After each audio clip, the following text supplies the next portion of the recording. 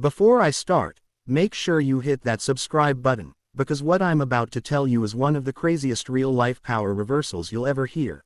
A story about how my own neighborhood WA tried to have me arrested for trespassing on my own property, not knowing that I'm the judge with the authority to dissolve their entire organization. You're not gonna believe how far they went until karma finally caught up with them, and how I turned the tables in a way they'll never forget. So sit tight, grab your coffee, and listen close, because this story's about pride, power, and poetic justice, all rolled into one unbelievable showdown. It all started the day I decided to move back into my late parents' home, the one they built with their own hands 40 years ago, in a quiet suburban community that used to feel like a slice of peace. The neighborhood had changed since I last lived there. What once was a friendly, open community had become something out of a suburban dystopia, run by a group of power-hungry board members who called themselves the Homeowners Association, or HOA, though everyone in town had other names for them. My parents had left the house to me after they passed, and after years of renting it out, I finally decided to move back in, take some time off from the courthouse, and just breathe again. I'm a circuit court judge. Not something I ever flaunt, but it's important to this story, because it's exactly the detail that ended up turning the tables in the most unexpected way. The day I arrived, the air was heavy with that false politeness you only find in neighborhoods run by busybodies with too much time and too little power. My neighbor, a man named Carl, waved from across the street, not out of friendliness but out of obligation. He was the WA president, and the kind of guy who wore his title like a badge. Before I could even unpack, he marched over with a clipboard, sunglasses on, chest puffed out. "You must be new here," he said, not recognizing me from years ago. I smiled, trying to keep things light. "Actually, I grew up here," I said. "This was my parents' house." He looked down at his papers, pretending to check something. "Ah, the old Harper property," he muttered. "Well, I hope you're aware this neighborhood has standards. We've had some issues with renters before." I could tell what he meant, a subtle jab at the tenants I'd had living here. "No worries," I said. "I'm not renting. This is home." He smirked, clearly unimpressed. "Good. Just make sure your lawn meets code, your shutters are WA-approved color, and you submit a request if you plan on any exterior changes." I bit back a laugh. Got it. What I didn't realize then was that this man, and the rest of his little power clique, were about to start the pettiest war I'd ever seen, and I've presided over murder trials. For the next few days, things seemed calm enough. I mowed my lawn, fixed up the porch, and even greeted a few of the older neighbors who remembered my folks. Then came the first letter, a notice of violation. Apparently, my trash cans were visible from the street. I shrugged it off. Then a second letter. My mailbox wasn't the correct shade of black. Then a third. My car was parked too far from the curb. Each one came with a fine, signed personally by Carl. It was ridiculous, but I stayed calm. Judges are trained to be patient. But then came the real kicker. One Friday morning, I was walking across the property line behind my house, the same line that separated my yard from a small wooded area that my parents had owned outright, confirmed by the deed. I was marking trees to clear dead ones when I saw flashing red and blue lights pull up in front of my driveway. 2 police cruisers. I walked out front, hands up, in confusion, and there stood Carl, arms crossed, grinning like he'd just caught a criminal. "That's him," he told the officers. "He's trespassing on WA property." My jaw dropped. "Excuse me," I said. "That land belongs to me." Carl waved a paper. "The WA owns that buffer zone.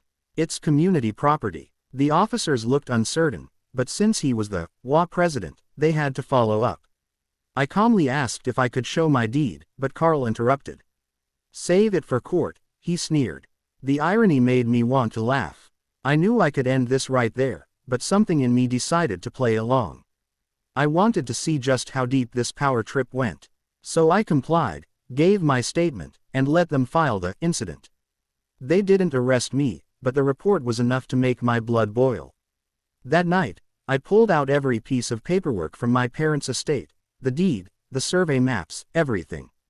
The wooded strip behind my property, 100% private, owned by the Harper family since 1973. The WA didn't even exist until 1998. I smiled. I knew how to handle this. But before I could even take legal action, they doubled down. The next week, I got another violation, unauthorized activity on community land, and a fine for $1,500. Then they started harassing me openly. Carl and his little committee of three, Marcia the treasurer, Tom the architectural chair, and Linda the secretary, would stand on the sidewalk, taking pictures of my home. I caught them one night shining flashlights through my windows, checking for compliance. It was absurd. But then, one night, I came home to find a notice taped to my door, final warning. Continued trespassing and noncompliance will result in legal action. That was the moment I stopped being patient. The next morning, I drove to the courthouse, not as a defendant, but as myself, Judge Harper. I didn't tell anyone in the neighborhood what I did for a living, and I preferred it that way. But when I walked into my chambers, I requested the HOA's corporate filings, their charter, their bylaws, and their community registration. And what I found, oh, it was beautiful. Turns out, their HOA status had technically expired 3 years ago. They'd failed to renew their corporate status with the state, meaning, they had no legal authority to enforce anything. No fines, no violations, no police calls. They were, legally, just a group of neighbors playing pretend. I didn't act immediately, though. I wanted to make sure every single one of their actions was on record. So I let them keep digging their grave. Over the next month, they sent me more violation letters. I kept every one. They tried to tow my car. I got video. They even spread rumors that I was a squatter in my own house. Finally, I filed a formal complaint and a motion for declaratory judgment. My case wasn't against me, it was against them. The hearing date was set for 2 weeks later, and when I walked into that courtroom, you should have seen their faces. Carl, in his cheap suit, looking confident. Marcia clutching a binder. Their lawyer, some overpaid law specialist, looked like he thought it'd be a walk in the park.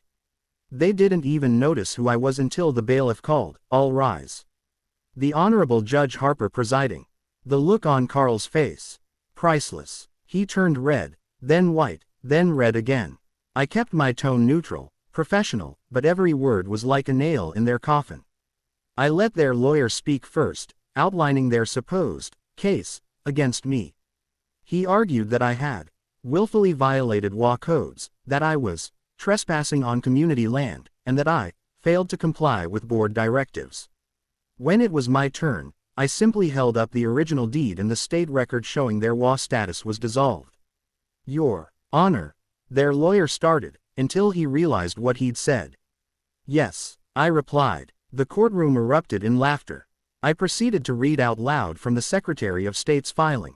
Homeowners Association of Maple Ridge, administrative dissolution, failure to file annual report. Then I looked at Carl.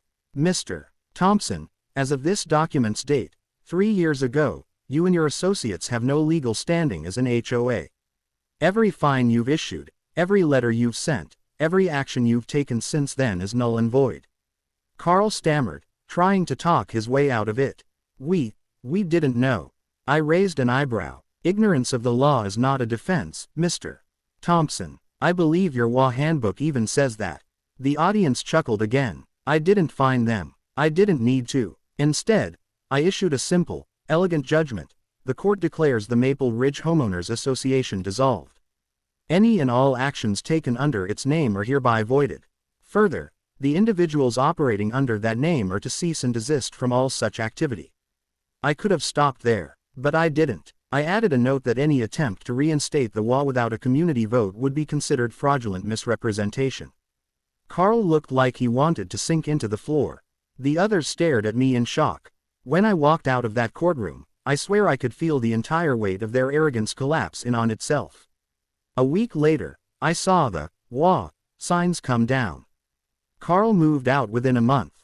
Marcia and Tom vanished from the board chat groups.